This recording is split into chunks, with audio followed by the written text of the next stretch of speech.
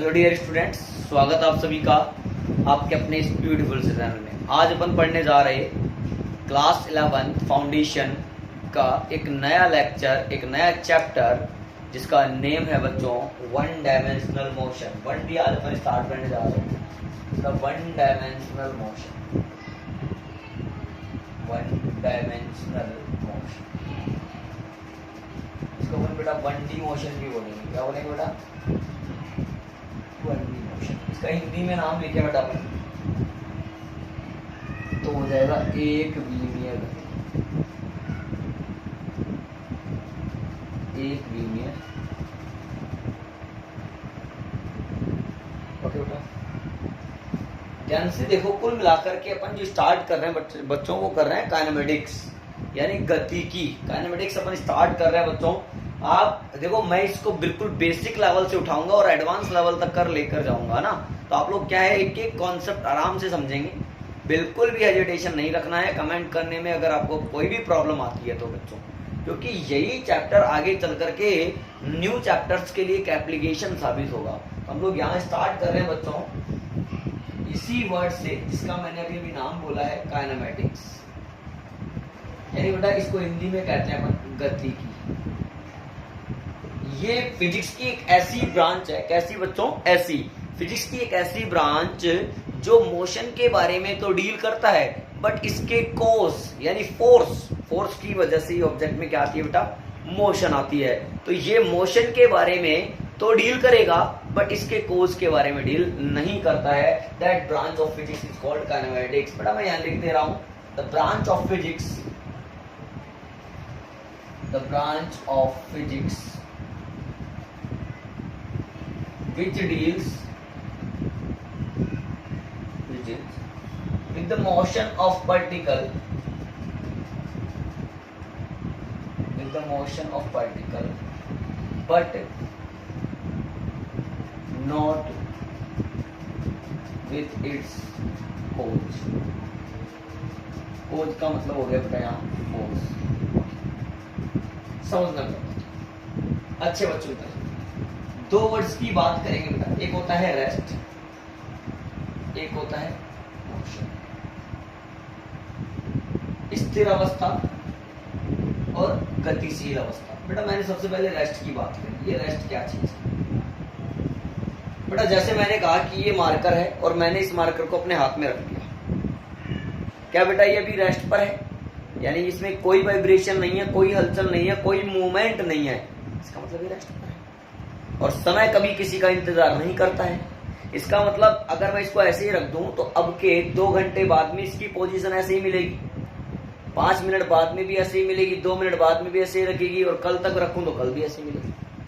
तो इसका मतलब if position of a particle remain same with respect to observer with time, then particle is said to be in rest. कहने का मतलब अगर किसी कण की स्थिति समय के साथ नियत बनी रहती है, चेंज नहीं होती है, तो कण को स्थिर अवस्था में कहा जा सकता है। बेटा बिल्कुल बेसिक सी चर्चा है।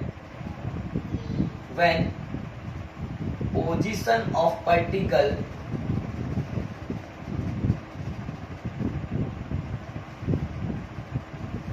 Remain same with respect to observer with the time, then particle is said to be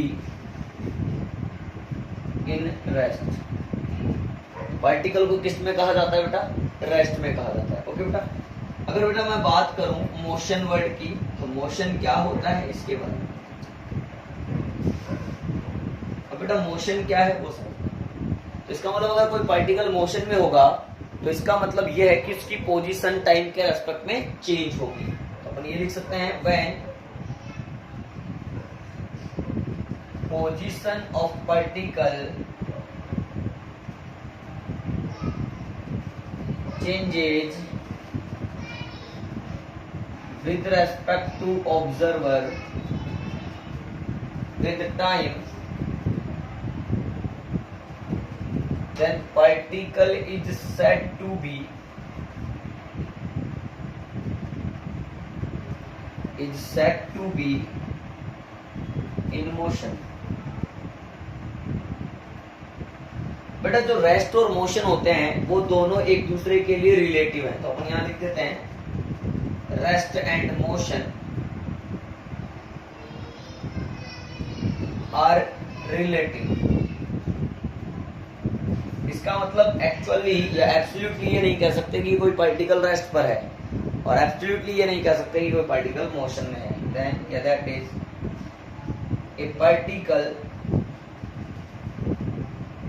A particle cannot be said in rest or motion absolutely।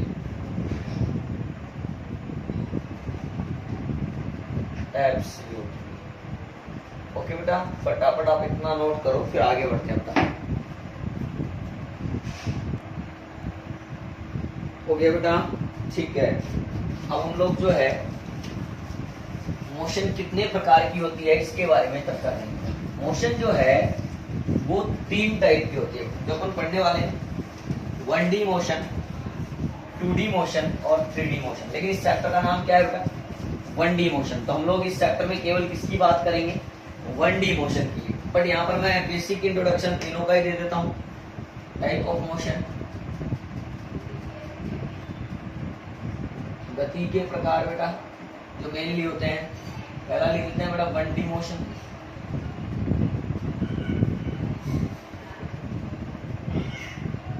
इसका मतलब ऐसी मोशन जिसको रिप्रेजेंट करने के लिए कितने एक्सिस रिक्वायर्ड हो? ओनली 1 एक्सिस रिक्वायर्ड हो। जैसे falling of an object under gravity, यानी गुरुत्वीय त्वरण के अधीन गतिशील वस्तु एक ही एक्सिस में रिक्वायर्ड है, एक स्ट्रेट लाइन में चलता हुआ ऑब्जेक्ट भी किसका एग्जांपल है बेटा? 1D motion. यानी केवल एक ही एक्सिस में अगर पार्टिकल मूव कर रहा है, मोशन कर रहा है, then that type of motion is called 1D motion. The motion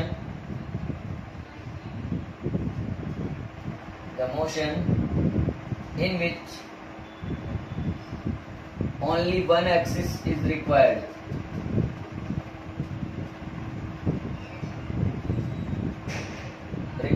is called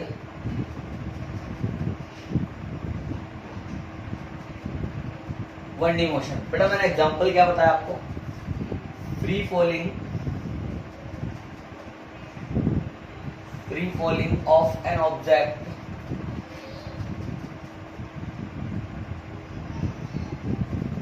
under gravity, ये हुआ बेटा। पॉइंट नंबर सेकंड देखो बेटा आप लोग, जो अपन बात करेंगे 2D motion.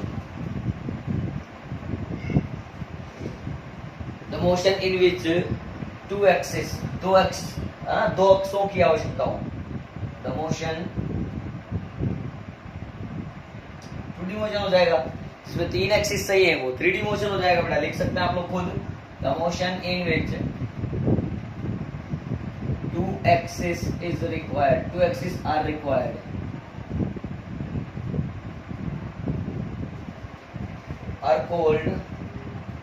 is called 2D motion। बेटा इसके एग्जांपल की बात करें बेटा, सर्कुलर जो मोशन होता है, देखो सर्कुलर मोशन में क्या होता है बेटा? कभी पार्टिकल यूं चलता है, फिर इसका वेलोसिटी या डिस्प्लेसमेंट जो होता है वो ऐसे टेंजेंशियल होगा बेटा। इसका मतलब कभी यूं गया फिर यूं गया। इसका मतलब अगर पहले एक्स एक्सिस में था तो फिर किस में चला गया बेटा? वाई एक्सिस में। इसका मतलब इस तरह की मोशन को रिप्रेजेंट करने के लिए हम लोगों को, एग्जांपल में पहली बात कर रहा हूं मैं, रिप्रेजेंट करने के लिए 2 एक्सिस रिक्वायर्ड है, then this type of motion बोले तो circular motion is example of 2D motion बेटा। ये बात हुआ। सेकंड बेटा मैं बात करूंगा प्रोजेक्टाइल मोशन। अभी नाम सुन लो बेटा, हिंदी में कहते हैं इसको प्रक्षेप्य गति। अगला चैप्टर बेटा अपन यही पढ़ेंगे, प्रक्षेप्य गति। और सर्कुलर को क्या कहते हैं बेटा? वृत्तीय गति। क्लियर? तो ऐसी मोशन जिसको रिप्रेजेंट करने के लिए कितने एक्सिस रिक्वायर्ड है बेटा? 2 एक्सिस रिक्वायर्ड है, that type of motion is called 2D motion. Clear? Okay. अब बेटा अपन तीसरी की बात करें, इसको लिख लो बेटा। ओके, अगर हम लोग थर्ड की बात करें बेटा, जो कि अपना क्या है? 3D motion. क्या है बेटा? 3D motion. 3D मोशन के बारे में भी देखें।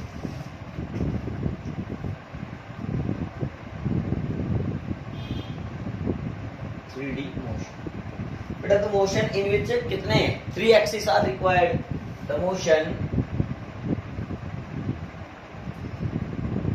इन विच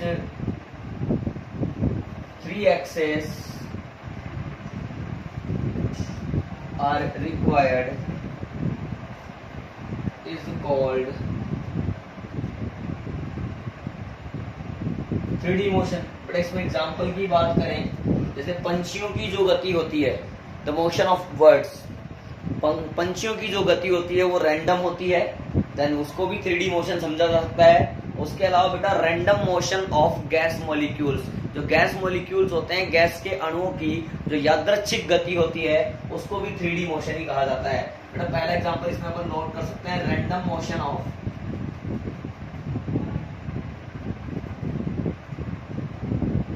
गैस मॉलिक्यूल्स। बेटा मैंने इसमें सेकंड बात करें, द मोशन ऑफ वर्ड्स, इसकी हिंदी लिखनी चाहो तो ये लिख सकते हो आप, गैस के अणुओं की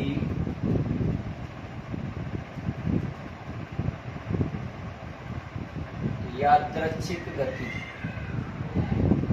ठीक बेटा, ओके, ये थे आपके टाइप ऑफ मोशन। अब अपन कुछ शब्दों से स्टार्ट करेंगे बेटा, कुछ बेसिक टर्म्स उठाएंगे। उसमें सबसे पहले अपन स्टार्ट करने जा रहे हैं बेसिक क्वांटिटी, डिस्टेंस और डिस्प्लेसमेंट, है ना। तो डिस्टेंस क्या चीज है, डिस्प्लेसमेंट क्या चीज है, पहले इस कॉन्सेप्ट को अच्छे से समझेंगे बेटा। उसके बाद में अपन लोग जो है चैप्टर में आगे बढ़ जाएंगे। तो आप लोग नोट करो बेटा, डिस्टेंस एंड डिस्प्लेसमेंट। हेडिंग डालेंगे सभी बच्चे, दूरी एवं विस्थापन।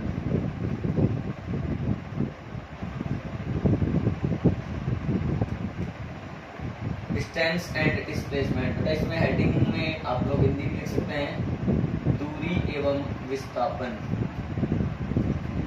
बेटा अपन इसको एक टेबल के हेल्प से समझेंगे। बेटा मैंने यहाँ पर एक टेबल बनाया जिसमें एक तरफ मैंने लिख दिया बेटा डिस्टेंस, बेटा मैंने दूसरी तरफ क्या लिख लिया, डिस्प्लेसमेंट। अच्छे बच्चों की तरह समझेंगे, ठीक है बेटा। कैसे बच्चों की तरह समझेंगे बेटा, अच्छे बच्चों। ओके बेटा, पहली बात बेटा, डिस्टेंस का क्या मतलब है बताना बेटा।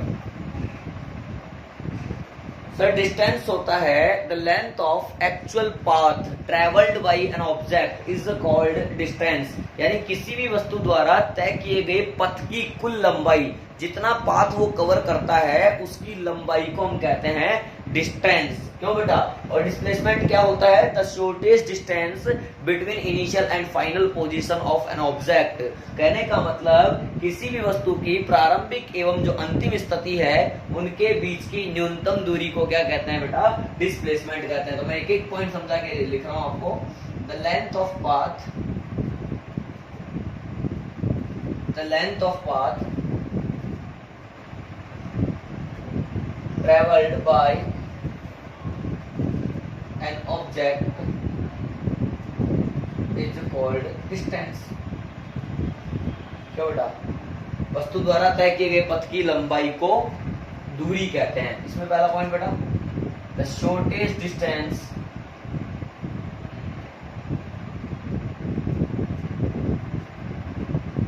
Between initial and final position of an object is called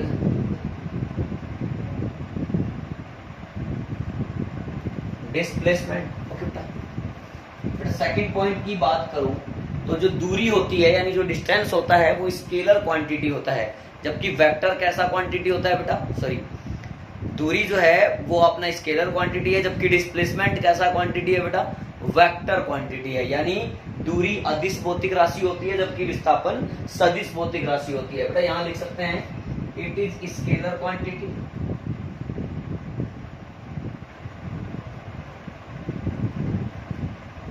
बेटा इधर लिखेंगे सेकंड पॉइंट तो क्या लिखेंगे, it is vector quantity.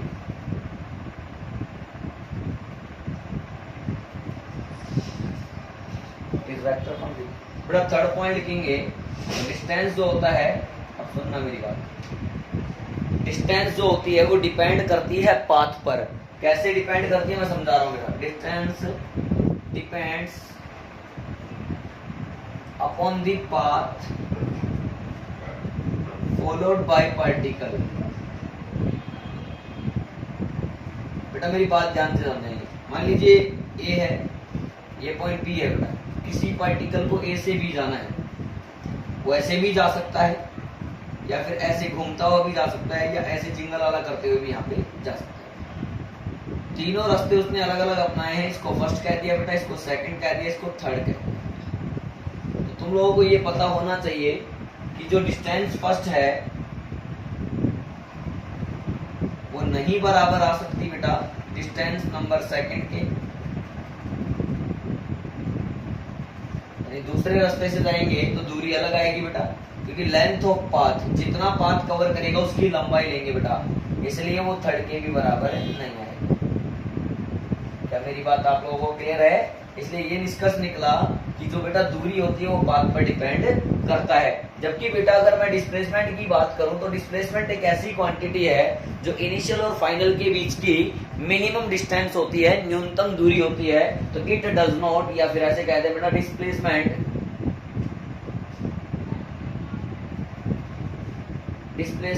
Is independent of, ये निर्भर नहीं करता है बेटा, independent of path followed by particle। जैसे अगर मैं सेम डायग्राम बना लूं बेटा ए एंड बी, पहला तरीका बेटा, दूसरा तरीका जाने का बेटा, ये जिंगल वाला तरीका, तीसरा बेटा तुम कुछ भी बात करो, कहीं से भी जाओ, जो यहाँ पर सीधी सी बात है, जो डिस्प्लेसमेंट आएगा वो इनिशियल और फाइनल के बीच का मिनिमम डिस्टेंस आएगा, दैट इज फर्स्ट रास्ता। तो हम कह सकते हैं बेटा यहाँ पे displacement in first case is equal to होगा बेटा डिस्प्लेसमेंट इन सेकंड केस, वो बराबर होगा बेटा डिस्प्लेसमेंट इन थर्ड केस। क्या मेरी बात क्लियर है? यानी आप ध्यान रखें बेटा कि जो डिस्टेंस होता है वो डिपेंड करता है पाथ पर, जबकि डिस्प्लेसमेंट पाथ पर डिपेंड नहीं करता है। क्लियर? डिस्प्लेसमेंट जो होता है वो initial position and final position of object पर डिपेंड करता है। ओके बेटा, फटाफट से नोट करो, फिर इसमें 3 पॉइंट और अपन लिखेंगे बेटा।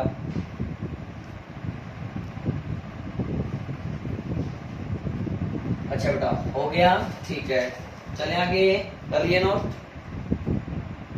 अब बेटा इसके 3 पॉइंट और देखो आप, मैं ये 3 मिटा रहा हूं, यानी 4th नंबर का पॉइंट देखते हैं, 5th का देखेंगे, 6th का देखेंगे।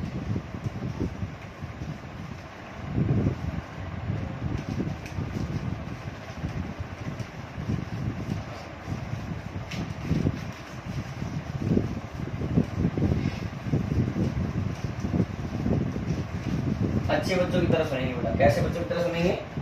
अच्छे बच्चों। 4th पॉइंट देखेंगे बेटा।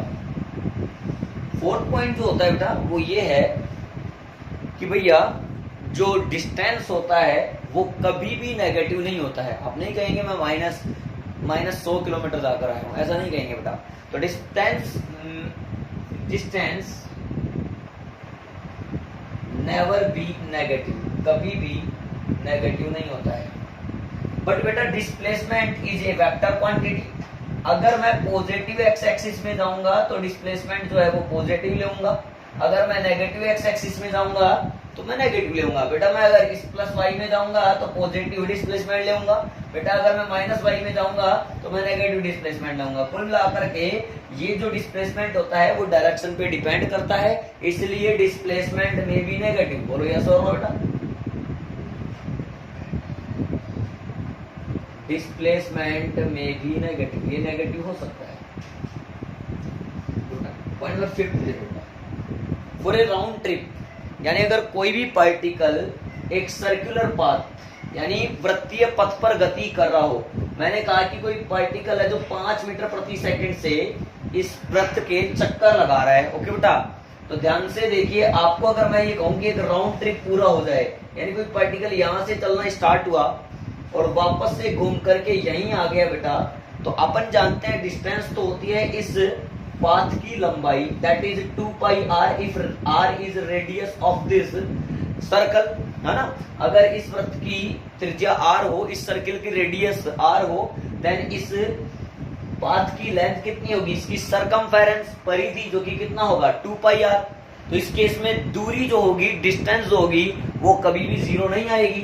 बट अगर बेटा मैं इनिशियल और फाइनल पोजीशन की बात करूं, यानी पार्टिकल यहीं से चला था और यहीं पर घूम करके वापस आ चुका है, देन इनिशियल भी तुम हो, फाइनल भी तुम हो, then we can say that displacement for round trip of a particle should be zero. Clear बेटा। तो ये ध्यान रखें कि किसी भी राउंड ट्रिप के लिए जो डिस्टेंस होता है वो जीरो नहीं होता है। तो फॉर राउंड ट्रिप डिस्टेंस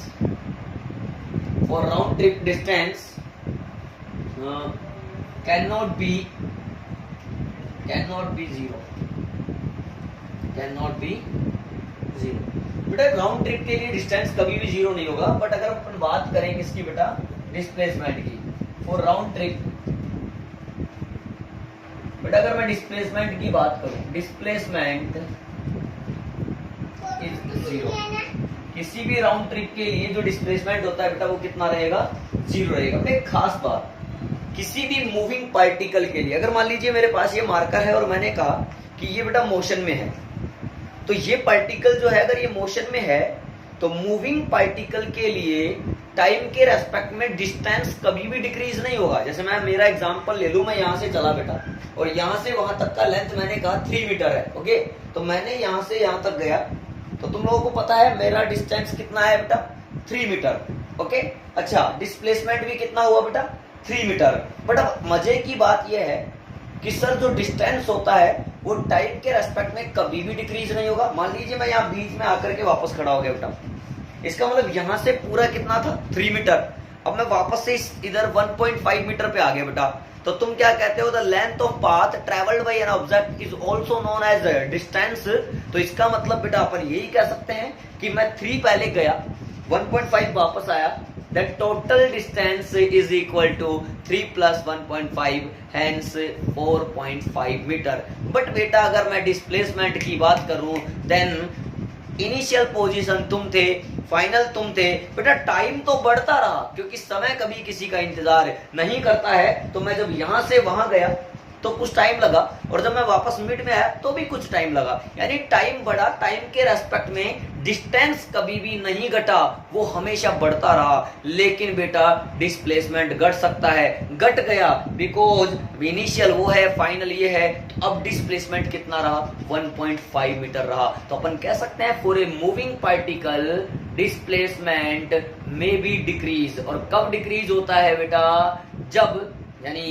जब कोई भी पार्टिकल अपनी इनिशियल पोजीशन की तरफ वापस आ रहा हो। क्लियर बेटा। तो मैं यहां पर लिखने वाला हूं 6 नंबर का पॉइंट जो हमारा ये है, फॉर ए मूविंग पार्टिकल, आप नोट करते चले बेटा, for a moving particle distance, for a moving particle distance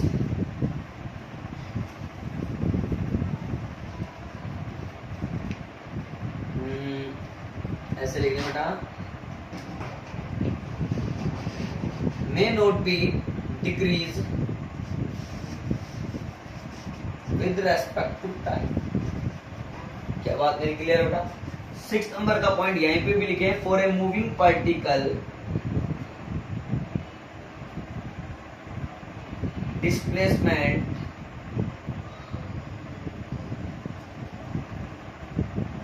में भी डिक्रीज। कब घटेगा, जब कोई भी पार्टिकल अपनी इनिशियल पोजीशन की तरफ वापस आ रहा हो। क्लियर बेटा। ये 6 पॉइंट अपन ने नोट कर लिए डिस्टेंस और डिस्प्लेसमेंट के। फटाफट से आप लोग इसको कॉपी में भी उतारो बेटा।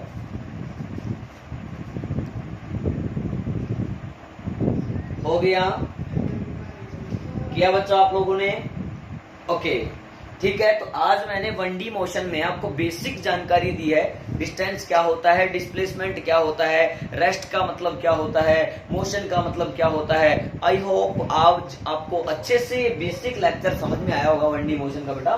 तो आप लोग इसको प्रिपेयर करें, इसके नोट्स कंप्लीट कर लें, और कोई भी डाउट हो बिना हेजिटेशन के आप कमेंट सेक्शन में कमेंट डाल दें बेटा, जल्दी से जल्दी आपको सॉल्यूशन दिया जाएगा। ओके बेटा, अगर वीडियो पसंद आई है तो इसे लाइक करना ना भूलें, शेयर करना भी ना भूलें, और चैनल को सब्सक्राइब करना भी ना भूलें। और एक लास्ट बात और कहूंगा बेटा, हर बार की तरह जब तक नेक्स्ट वीडियो नहीं आ जाती तब तक आप लोग पढ़ाई जरूर करते रहना। ऑल दी वेरी बेस्ट बच्चों।